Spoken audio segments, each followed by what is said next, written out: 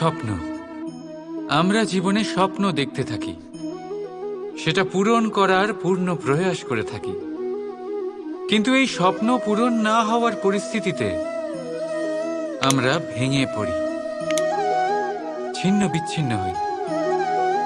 আর তারপর এই বোঝা আমরা আগামী প্রজন্মের ওপর রীতিমতো চাপিয়ে দিই। আমরা এটাই মনে করি যে আমরা যেটা হতে পারিনি সেটা আমাদের সন্তান অবশ্যই হবে। আমরা যা কখনো পাইনি আমাদের সন্তান অবশ্যই তা পাবে। এটা যে অনুচিত সেটা আমরা ভাবি না, কিন্তু এটা ভুল। আর এই ভুল আমরা সকলেই করে থাকি। সন্তান প্রকৃতি আর পরমাত্মার আশীর্বাদ। ওদের ভেতরে তাদের নিজের একটা অস্তিত্ব লুকিয়ে থাকে, সেটা মন দিয়ে দেখুন তো। আপনি শুধু ওই সন্তানকে জন্ম দিয়েছেন, কিন্তু ওর জীবন আপনার নয়। তাই নিজের সন্তানের সাথে থাকুন, সময় কাটান, ওদেরকে ভালোবাসুন, সবসময় প্রেরণা দিন। কিন্তু প্রেরণা দিন ওর নিজের অস্তিত্বকে বাড়ানোর জন্য, ওর নিজের স্বপ্ন পূরণ করার জন্য, আপনার স্বপ্ন পূরণ করার জন্য নয়। ওদের অস্তিত্বকে পূর্ণাঙ্গে বৃদ্ধি পেতে দিন। রাধা রাধা। এই সংসারে এমন কিছুই নেই যা সব সময় একই থাকবে। যা কিছু নির্মাণ হয়েছে তা একদিন অবশ্যই ভেঙে পড়বে। কিন্তু এই ভেঙে যাওয়ার বিশ্লেষণ আপনি কিভাবে করবেন তা আপনার উপরে নির্ভর করছে। ওই আকাশের দিকে তাকান, ওই মেঘ, ওটাও ভেঙে পড়ে, কিন্তু নিজে ভেঙে পড়ার সাথে বর্ষাকে তৈরি করে যায়। মাটির ডেলা অবশ্যই ভেঙে পড়ে, কিন্তু ব্যবহারযোগ্য মাটির রূপ নিয়ে। এই ধরিত্রীর বুকে কোনো এক বীজ যখন ভেঙে পড়ে, তখন ধরিত্রীর উপর এক বিশাল আকারের বৃক্ষ নির্মাণ করে। যদি জীবনে কিছু ভেঙে পড়ে, তাহলে নিরাশ হয়ে পড়বেন না, নিজের সাহস হারাবেন না। ধনাত্মক দৃষ্টিভঙ্গি দিয়ে দেখতে চেষ্টা করুন। মনে করুন নিয়তি নিশ্চয়ই আপনার জন্য আরো ভালো কিছু ভেবে রেখেছে, যা ভবিষ্যতে আপনার প্রতীক্ষা করছে। ধনাত্মক চিন্তা ভাবনা করতে থাকুন, তারপর দেখবেন শ্রেষ্ঠ রচনা নিজেই তৈরি হবে। রাধা রাধা। এই সংসারের অন্তের এর বিনাশের প্রারম্ভ কিভাবে হয়? কোনো যোগের মাধ্যমে, কোনো ভয়ানক অসুরের আগমনে, নাকি প্রকৃতির রাগের কারণে? না, এই সংসারের বিনাশের প্রারম্ভ হয় আমি থেকে। এই আমি, এই তুমি, এটা আমি করেছি, ওটা তুমি করেছো, এটা আমার, ওটা তোমার, আদি ইত্যাদি। এই ভাব যখন মনে বাসা বেঁধে নেয়, সর্বপ্রথম ঘর ভাগ হয়, তারপর বসতি, তারপর প্রাণ, আর তারপর দেশ, আর সবার শেষে সমস্ত সংসার ভাগ হয়ে যায়। আর এই ভাগ হয়ে যাওয়া শেষে মনোমালিন্যে পরিণত হয়। এখন এমত অবস্থায় কি করা যেতে পারে? কিভাবে বাঁচা যায় এই পরিস্থিতির থেকে? কিভাবে দূরে থাকা যায় এই বিনাশের থেকে? উত্তর সেই একটাই, করুণা। একে অপরের দরকারগুলি বুঝুন, একে অপরের সমস্যাগুলি বুঝুন, একে অপরের দুঃখের সাথী হয়ে দাঁড়ান, একে অপরের সুখের ভাগীদার হন। আর শেষে যখন এই আমি আমরাতে পরিণত হবে, তখন এই বিনাশ নিজে থেকেই দূরে চলে যাবে। তাহলে আমরাতে বিশ্বাস করতে শিখুন, আর আমার সাথে ভালোবেসে বলুন, রাধা রাধা। জীবনে সবাই মহান হতে চায়, সবাই বড় হতে চায়, কিন্তু বড় হয় কিভাবে?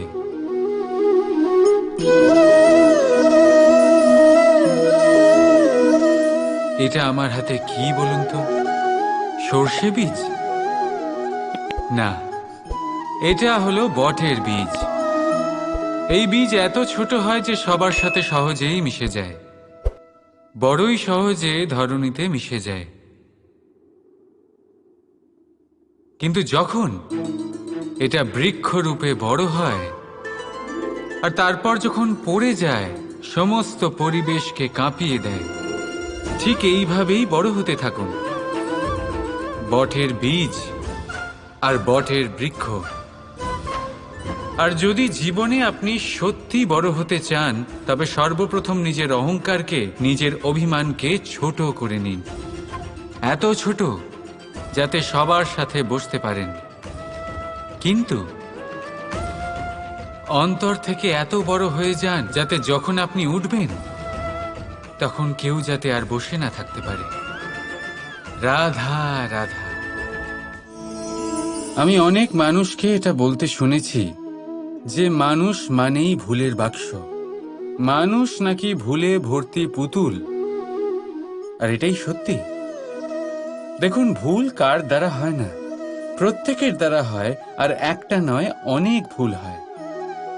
কিন্তু মনে রাখবেন, তাদের বস্ত্রতেই কাদা লাগে যারা কাদা পরিষ্কার করার প্রচেষ্টা করেন। তাহলে যেখানে চেষ্টা আছে সেখানে ভুল তো হবেই। এবারে যদি আপনি কোনো নতুন সংকল্প করতে যান, কোনো বড় কাজ করতে যান, আর আপনার দ্বারা কোনো ভুল হয়ে যায়, তাহলে কোনো ব্যাপার নয়, তার জন্য পস্তাবেন না। নিজের ভুলটাকে চিনুন, তাকে বুঝুন, তাকে শুধরাবার চেষ্টা করুন। আর সব থেকে জরুরি কথা, নিজের ভুল থেকে শিখুন। তাদের হাত থেকেই রক্তপাত হয় যারা কাঁটার মধ্যে লুকোনো ফুলকে খোঁজার চেষ্টা করে। তাই মনে রাখবেন, যে জীবনে কোনো ভুল করেনি সে জীবনে নতুন কিছু করার কোনো চেষ্টাও করেনি। এই ভুল আপনার সব থেকে বড় শিক্ষক। তাই সেটাতে দুঃখী হবেন না, তার জন্য পস্তাবেন না। এই ভুলকে সম্ভ্রম করতে শিখুন।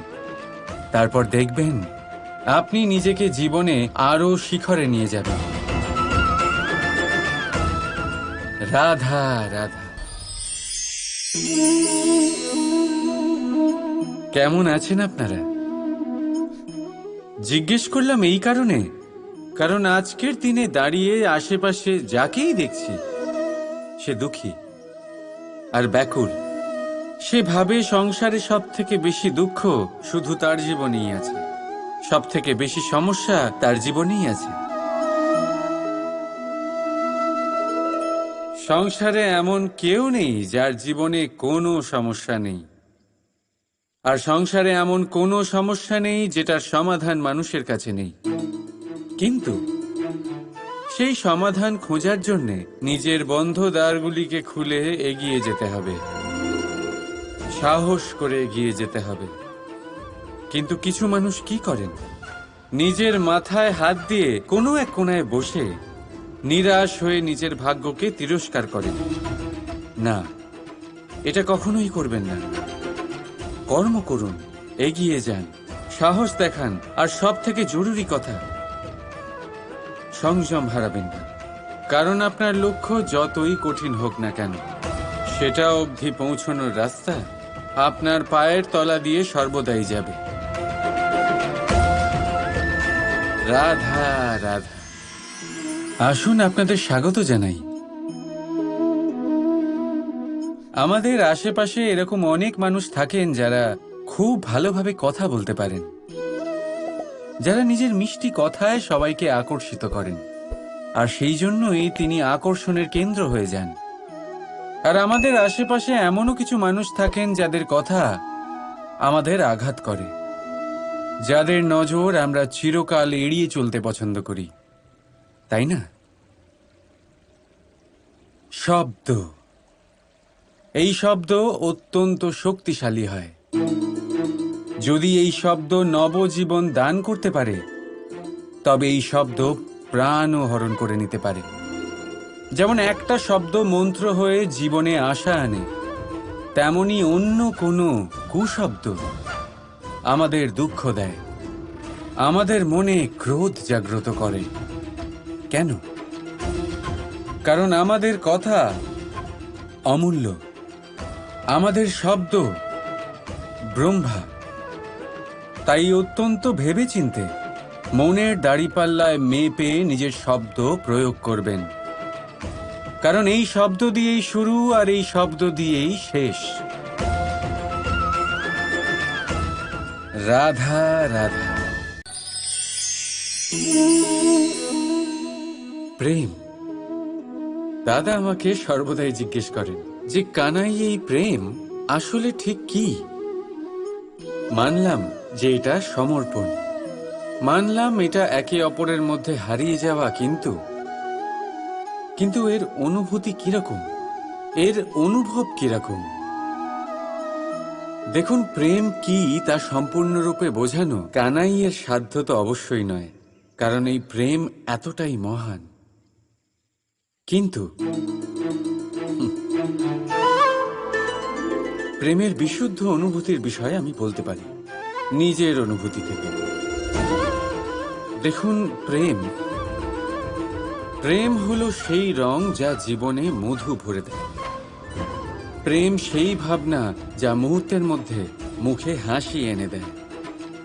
প্রেম সেই ফুল যা মনের বাগান ভরিয়ে রাখে। প্রেম সেই চিন্তা যা মুহূর্তের মধ্যে আপনাকে সংসারের সবচেয়ে সম্পন্ন ব্যক্তি করতে পারে। এই প্রেম হলো তাই যা তপ্ত মরুভূমিতে আপনাকে জীবিত রাখতে পারে। এই প্রেম তাই যে আপনার আত্মাকে তৃপ্ত করে। এই প্রেম হলো তাই যা আপনার মুখে হাসি এনে দেয়, যেমন এখন এই মুহূর্তে রাধা আমার মুখে নিয়ে এসেছে। অদ্ভুত এই প্রেম। তাই আসুন আর ভালোবেসে বলুন, রাধা রাধা। প্রেম, এই প্রেম মানুষকে দিয়ে কি না করাতে পারে। বড় বড় কাজ করাতে পারে, বড় বড় বাধা পার করাতে পারে। চাইলে মরুভূমিতে কুয়ো খোঁড়াতে পারে, পর্বত পার করাতে পারে, প্রতিটা অসম্ভব কার্য সম্ভব করাতে পারে। কিন্তু যদি আমি এটা বলি যে প্রেম আপনাকে দিয়ে ছলনাও করাতে পারে, তাহলে কি আপনি তা ঠিক মনে করবেন? আপনার কি মনে হবে যে এরকম হতে পারে? অবশ্যই হতে পারে। যেমন আমি ছল করছি এই মুহূর্তে আমার রাধার জন্য, আমার প্রেমের জন্য। আমি রাধার সাথে অনন্ত প্রেম করি, নিঃস্বার্থভাবে প্রেম করি, কিন্তু তাও আমাকে একটা ঠকবাজ, স্বার্থপর, লোভী ব্যক্তি হতে হচ্ছে। এই ছলনা আমাকে করতে হচ্ছে আমার প্রেমের জন্য। এবারে আপনারা আমাকে বলবেন যে কেন কৃষ্ণ এসব করার কি দরকার? রাধার সাথে তুমি বিবাহ করে তুমি কি শান্তির নিঃশ্বাস নিতে পারো না? নিশ্চয়ই নিতে পারি। রাধার সাথে বিবাহ করে আমি ভীষণ সুখী হব, কিন্তু আমি এই কথাও জানি যে আমার রাধা সুখী হতে পারবে না। কারণ যদি এই বিবাহ হয়, তার মাতা পিতা, তার পরিবারকে বর্ষণা ত্যাগ করতে হবে। রাধার মনের মধ্যে একটা গভীর ক্ষতের সৃষ্টি হবে। দুঃখ তাকে কুরে কুরে খাবে। ও এটা মনে করবে, এটা জানবে যে ওর জন্য ওর মাতা পিতাকে এত কষ্ট ভোগ করতে হচ্ছে। এবার রাধার কষ্টকে ভিত বানিয়ে কৃষ্ণ নিজের সুখের মহল কি করে তৈরি করতে পারে? কারণ যাদের আপনি ভালোবাসেন শুধু তাদের ভাবনা নয়, আপনার প্রেমিক যাদের ভালোবাসে তাদের ভাবনার খেয়াল রাখাটাও আপনারই কর্তব্য। আর কখনো কখনো নিজের প্রেমকে উঁচুতে উঠতে দেখতে গেলে আপনাকে নিজেকে নিচে নামতে হবে। এমন কোনো কাজও আছে যা আপনাকে আপনার প্রেমের জন্য করতেই হবে।